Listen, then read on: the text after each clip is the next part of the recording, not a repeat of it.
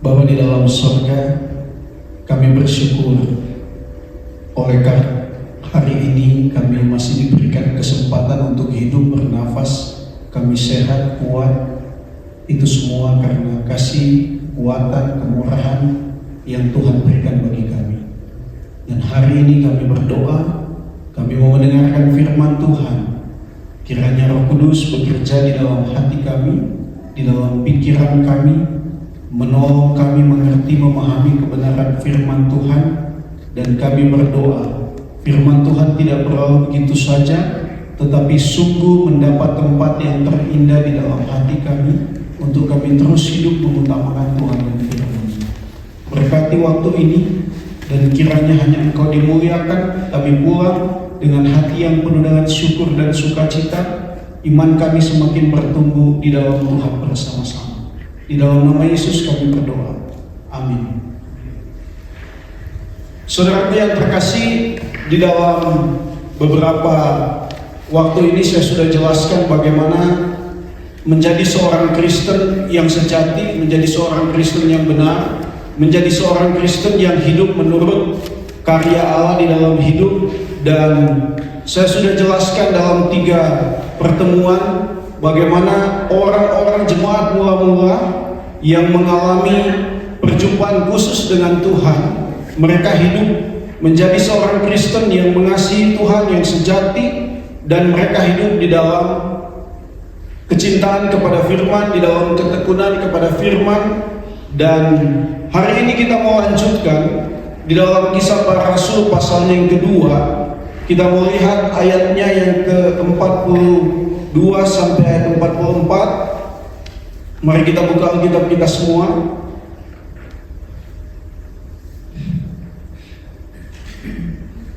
Kalau sudah dapat, saya akan baca ayatnya yang genap. Bapak Ibu semua saudara mohon membaca ayatnya yang ganjil. Kisah Para Rasul pasalnya yang kedua, ayatnya yang ke-42 sampai 47. Sudah dapat semua? Cara hidup jemaat yang pertama, ayat 42. Mereka bertekun dalam pengajaran rasul-rasul dan dalam persekutuan, dan mereka selalu berkumpul untuk memecahkan roti dan berdoa. Maka ketakutanlah mereka semua, sedang rasul-rasul itu mengadakan banyak mukjizat dan tanda. Dan semua orang yang telah menjadi percaya tetap bersatu, dan segala kepunyaan mereka adalah kepunyaan bersama. Dan selalu ada dari mereka yang menjual harta miliknya, lalu membagi-bagikannya kepada semua orang sesuai dengan keperluan masing-masing. Dengan bertekun, dengan sehati mereka berkumpul tiap-tiap hari dalam bait Allah. Mereka memecahkan roti di rumah masing-masing secara bergilir, dan makan bersama-sama dengan gembira dan dengan tulus hati, sambil memuji Allah, dan mereka disukai semua orang, dan tiap-tiap hari Tuhan menambah jumlah mereka dengan orang yang diselamatkan. Bapak Ibu saudaraku, hari ini kita mau berbicara tentang persekutuan yang hidup, persekutuan yang bersama-sama bertumbuh, persekutuan yang nampak perubahannya, persekutuan yang nampak bahwa ada transformasi yang dikerjakan oleh Allah di dalamnya. Ada 2 hal yang saya mau bagikan bagi kita hari ini.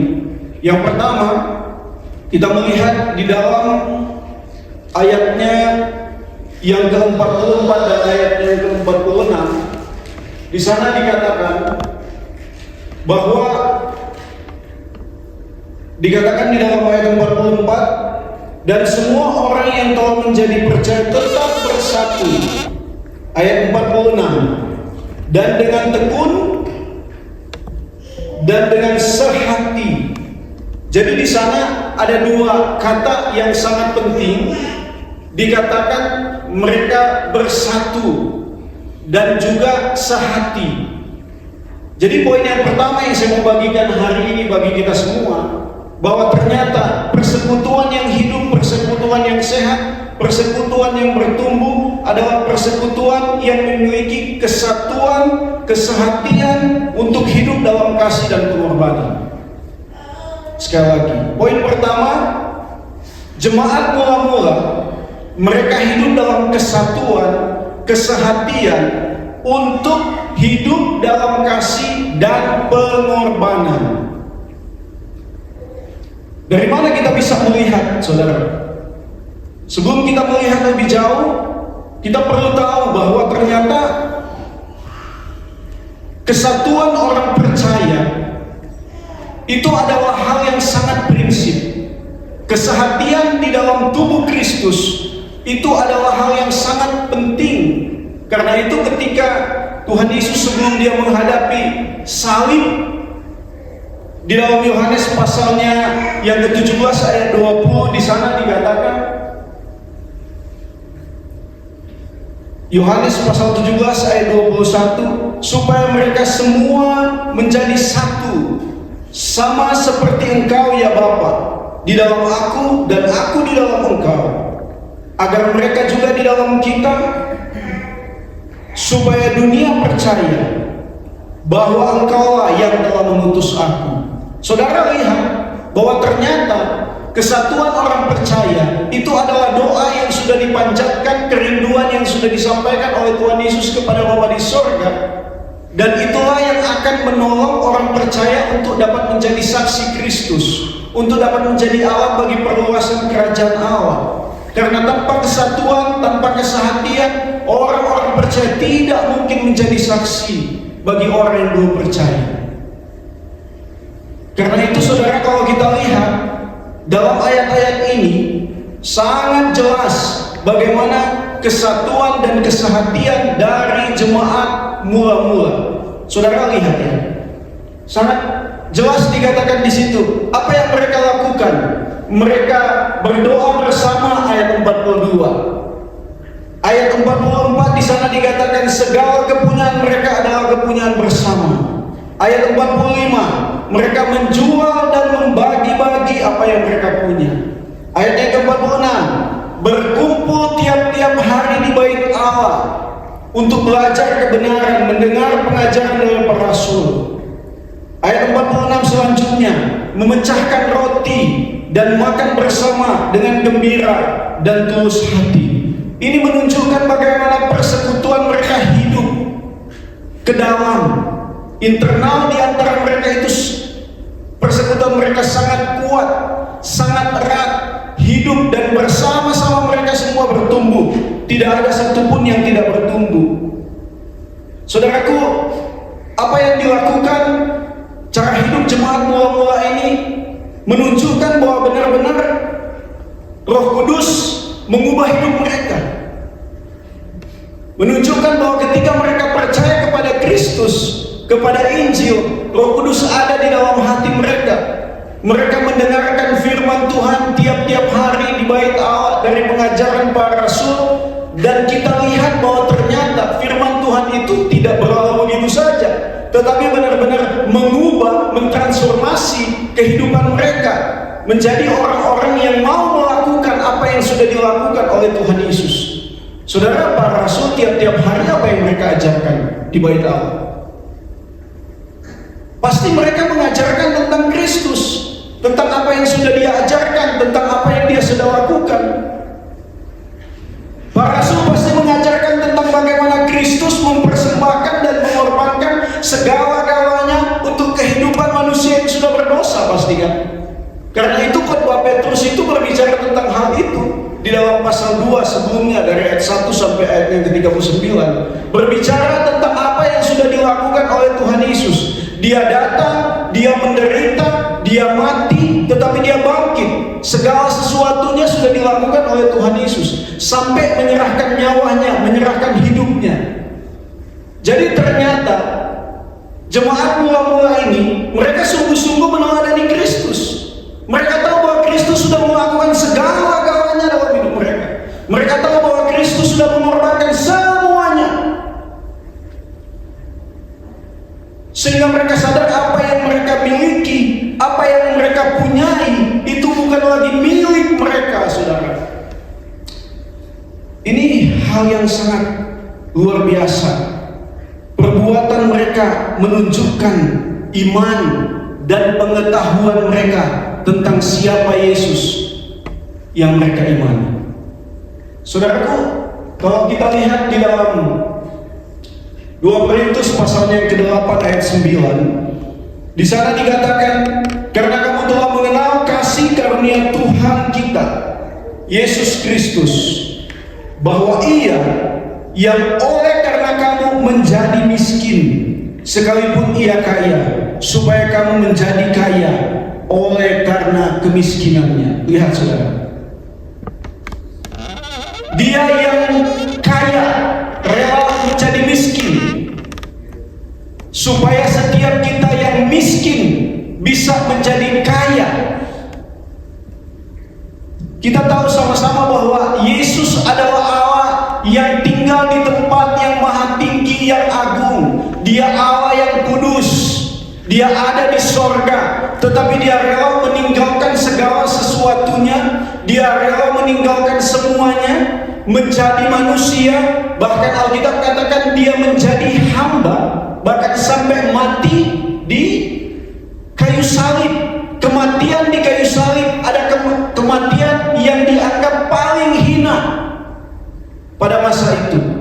Jadi saudaraku, inilah yang dimengerti oleh jemaat mula-mula. Mereka tahu bahwa Yesus sudah lakukan segala-galanya untuk mereka. Mereka tahu bahwa Yesus sudah korbankan segala-galanya bagi mereka. Dan mereka tahu bahwa harta mereka yang terindah bukan lagi apa yang mereka punya, bukan lagi kekayaan mereka, bukan lagi harta duniawi, tetapi mereka tahu Yesus dan segala sesuatu yang Dia sudah lakukan adalah harta yang terindah yang tidak bisa digantikan oleh apapun. Saudara, jika seorang sudah benar-benar mengalami, merasakan bahwa kasih karunia Allah besar di dalam hidupnya, tidak mungkin hidup hanya untuk dirinya sendiri. Tidak mungkin hidup hanya untuk kepentingan komunitas, kepentingan keluarganya saja. Tetapi pasti hidup memberikan bukti bahwa dia mengasihi Tuhan, mengasihi sesama. Dan kita lihat bahwa dikatakan jemaat mula-mula mereka menjadi satu, sehati. Bahkan saudara dikatakan apa? Mereka menjual harta milik mereka dan membagi-bagikannya sesuai dengan kebutuhan. Kalau mereka membagi-bagikan, berarti mereka punya atau enggak? Punya. Jemaat mula-mula adalah orang-orang yang hidup dekat dengan Tuhan, hidup mengasihi Tuhan, bertekun di dalam pengajaran. Tetapi mereka juga bukan orang yang malas. Mereka juga bukan orang yang hanya berdiam diri. Mereka sibuk melakukan segala sesuatu sehingga mereka memperoleh harta, memperoleh sesuatu. Tetapi saudara lihat, tiap-tiap hari dikatakan Alkitab mereka bertekun, datang ke bait Allah dalam segala kesibukan mereka. Kalau mereka tidak sibuk, mereka nggak mungkin punya sesuatu ya. Kalau mereka nggak sibuk, nggak mungkin mereka nggak punya, mereka bisa punya tanah kan? Kalau mereka nggak bekerja, bagaimana mereka punya rumah untuk dapat dijual? Dari mana kita tahu bahwa mereka menjual tanah dan rumah? Saudara lihat dalam Kisah Para Rasul pasalnya yang keempat. Kisah Para Rasul pasalnya yang keempat. Di sana dikatakan di dalam ayatnya yang ke-34, sebab tidak ada seorang pun yang berkekurangan di antara mereka, karena semua orang yang mempunyai tanah atau rumah menjual kepunyaannya itu, dan hasil penjualan itu mereka bawa. Dibawa kemana? Dibawa ke bait Allah untuk dipergunakan, untuk dibagi-bagikan. Jadi mereka adalah orang-orang yang bertekun dengan Tuhan dan berjuang juga untuk kehidupan mereka. Mereka berjuang untuk memperoleh sesuatu, tapi bukan hanya untuk mereka sendiri, tapi untuk mereka bagi-bagikan, saudara, sesuai dengan kebutuhan masing-masing supaya tidak ada yang berkekurangan dan terjadi keseimbangan di dalam kehidupan mereka. Saudara, jemaat mula-mula Mereka tidak lagi menggantungkan hidup mereka kepada kekayaan yang mereka miliki. Ini sangat berkaitan erat dengan ajaran Tuhan Yesus.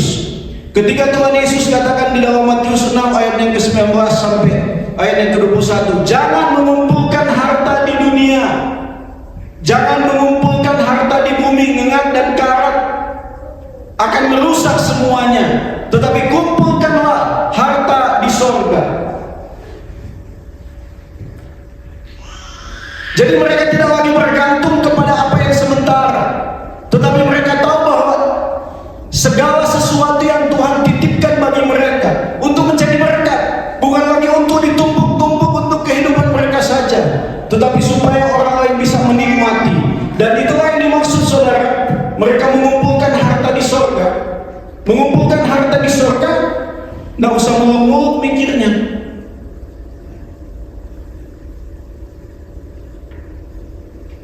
Kita perlu pikirkan hari ini saudara, kita hidup di dalam persekutuan, kita hidup bersama,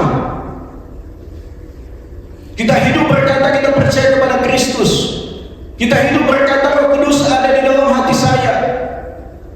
Tapi kita punya sesuatu dan membiarkan orang lain hidup di dalam kesusahannya. Karena itu ingat baik-baik, segala sesuatu harta di bumi sementara, hanya harta surgawi yang tinggal tetap. Hati jemaat mula-mula tidak terikat pada hal yang duniawi lagi, tetapi mereka sudah terikat kepada Kristus, karena mereka tahu Kristus adalah harta yang terindah. Saudara, persekutuan yang kuat dapat terbangun jika setiap orang tidak hanya mementingkan dirinya sendiri, namun bersedia mengasihi orang lain, mengorbankan segala-galanya, termasuk mengorbankan nyawanya, hidupnya kepada orang lain. Karena itu ada bagian lain dikatakan, seorang sahabat yang benar, dia adalah seorang yang rela menyerahkan nyawanya untuk sahabatnya. Dalam Filipi pasalnya yang kedua, ayat 25 sampai ayat 2 sampai ayat 5, ini berbicara tentang dasar hidup di dalam persekutuan. Bagaimana supaya setiap orang harus hidup dalam persekutuan. Dikatakan dengan tidak mencari kepentingan diri sendiri, sebaliknya hendaklah dengan rendah hati yang seorang menganggap yang lain lebih utama daripada dirinya sendiri. Hendaklah kamu dalam hidupmu bersama menaruh pikiran dan perasaan yang terdapat juga dalam Kristus Yesus. Saudaraku, kalau kita mau hidup dalam persekutuan dan kita mau hidup kita benar-benar menjadi satu persekutuan yang hidup, setiap orang harus berpikir bagaimana saya supaya hidup mengasihi dan berkorban. Persekutuan tanpa pengorbanan tidak mungkin hidup. Persekutuan tanpa kasih tidak mungkin hidup. Dalam persekutuan banyak orang berpikir bahwa berkorban itu sulit, dan memang berkorban itu menjadi sesuatu perkara yang langka ditemukan di dalam persekutuan itu sendiri. Banyak orang masuk dalam satu persekutuan, masuk dalam satu komunitas, apa yang dipikirkan? Apa yang saya bisa dapat kalau saya pergi ke komunitas itu? Apa yang saya bisa dapat kalau saya pergi ke gereja itu? Apa yang saya bisa dapat kalau saya gabung dengan mereka? Banyak orang berpikir hal demikian. Apa benefit untuk dirinya? Apa kepentingan untuk dirinya? Tetapi orang jarang berpikir, apa yang saya bisa korbankan untuk persekutuan ini? Apa yang saya bisa berikan untuk pertumbuhan bersama di dalam persekutuan ini? Karena itu banyak persekutuan yang terjadi perselisihan, perpecahan. Karena apa? Orang berusaha mementingkan dan mengutamakan kepentingan dirinya sendiri, bukan kepentingan bersama, bukan untuk mementingkan orang lain terlebih dahulu baru dirinya sendiri. Karena itu saudaraku, persekutuan yang hidup hanya bisa terjadi kalau di dalamnya setiap orang berpikir bagaimana saya harus mengaplikasikan kasih, mendemonstrasikan kasih di di dalamnya. Bagaimana supaya saya bisa mengorbankan semua yang saya miliki untuk persekutuan ini bisa terus berjalan. Dan saudara, itulah yang dilakukan oleh jemaat mula-mula.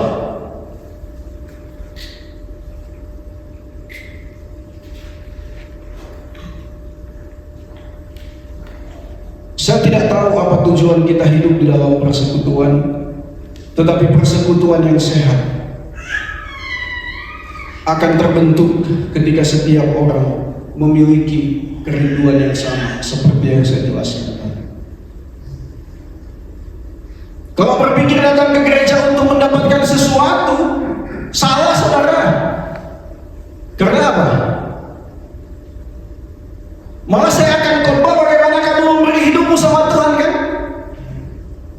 Bagaimana supaya dompetmu bertobat, kan? Supaya kamu bisa mempersembahkan sesuatu kepada Tuhan, kan? Jadi salah kalau kita mau datang ke gereja, mau cari sesuatu yang untuk keuntungan diri kita. Nggak mungkin, saudara. Gereja akan mengajarkan kita, saya akan mengajarkan saudara, bagaimana kita mempersembahkan segala-galanya untuk Tuhan, supaya pelayanan kita berjalan, supaya kita dapat berdampak bagi banyak orang, bukan supaya kamu dapat sesuatu. Tidak, saudara. Salah tempat kalau kita berpikir saya ke gereja untuk mendapatkan sesuatu. Kenapa? Di gereja yang sejati mengajarkan penyerahan diri, persembahan hidup, persembahan segala-galanya. Karena hidupmu, keluargamu, pribadimu, dan semuanya seharusnya bermuara pada kepentingan Kristus dan Injilnya, bukan kepada kepentingan kita.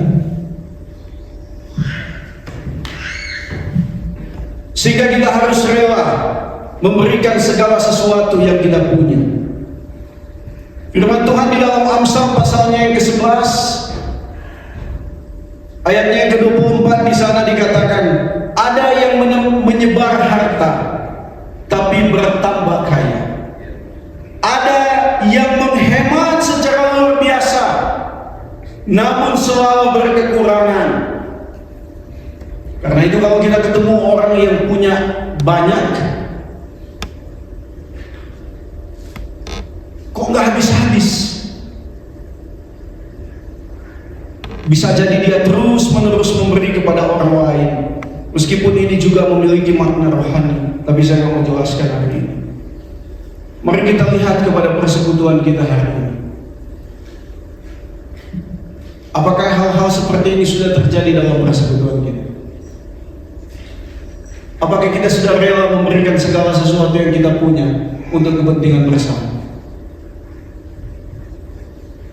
Itu yang pertama, saudara. Yang kedua, ketika mereka kuat di dalam, ketika mereka sudah sehati, ketika mereka sudah bersatu di dalam persekutuan mereka, di dalam komunitas mereka, apa yang mereka lakukan?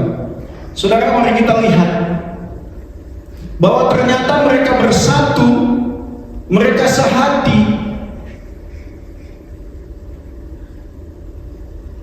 untuk menjadi saksi Kristus.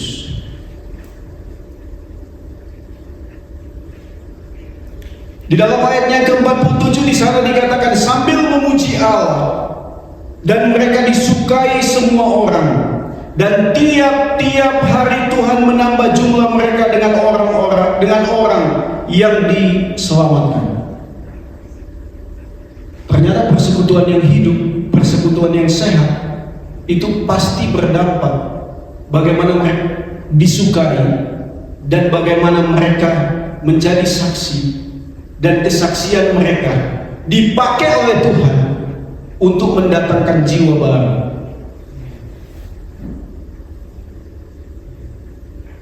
Kalau gereja kita nggak mendatangkan jiwa baru, tanda tanya, saudara. Iya kan? Apakah Roh Kudus yang dulunya bekerja di dalam hidup jemaat mula-mula berbeda dengan Roh Kudus yang bekerja di dalam kehidupan orang percaya hari ini, di dalam persekutuan gereja hari ini? Nggak mungkin.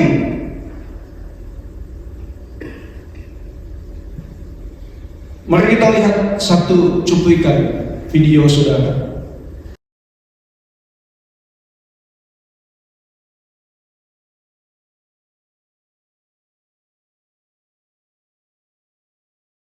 I had a vision.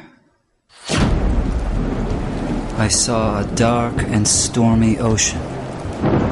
In that ocean, I thought I saw multitudes of poor human beings plunging and floating and shouting and shrieking, cursing and struggling and drowning.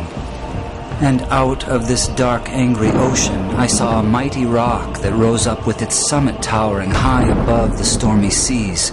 And all round the base of the rock, I saw a vast platform.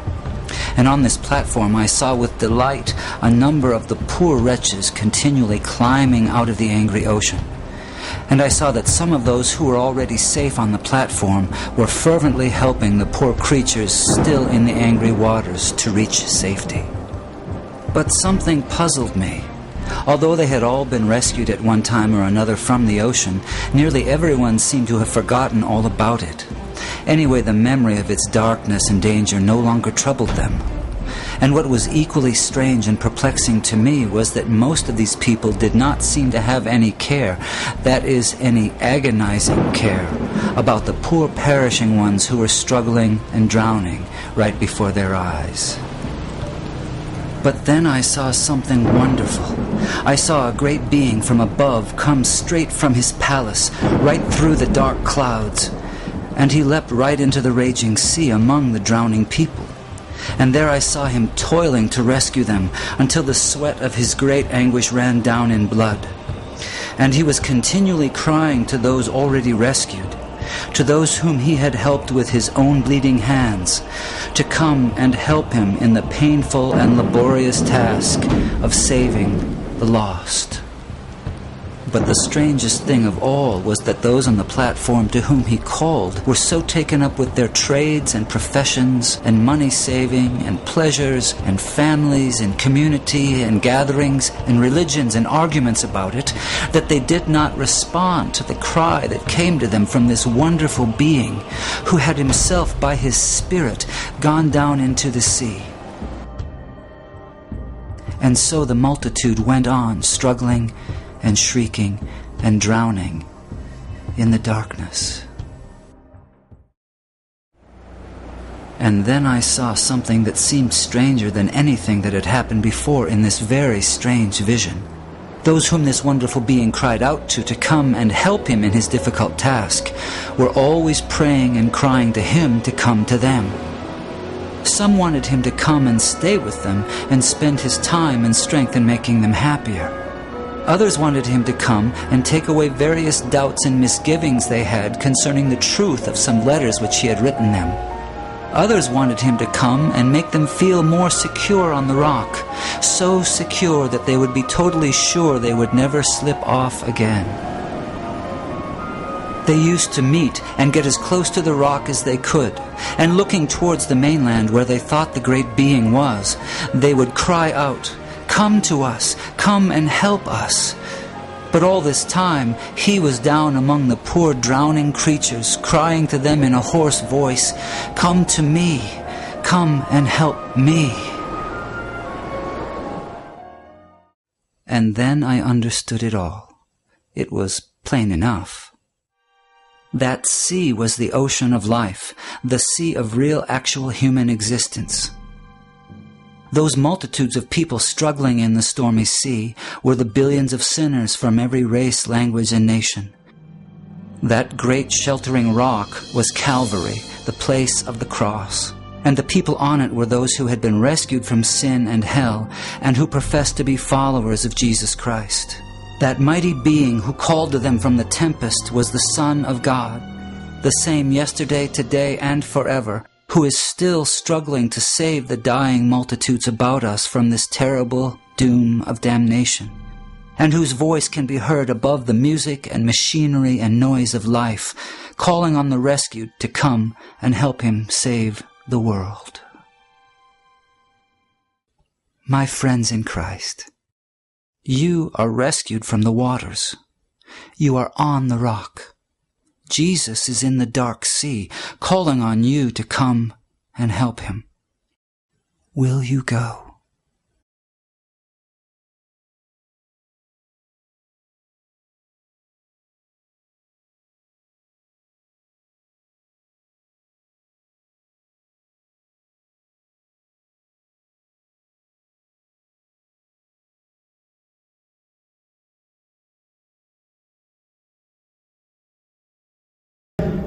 persekutuan di dalam gereja, di dalam komunitas itu hal yang harus dibangun.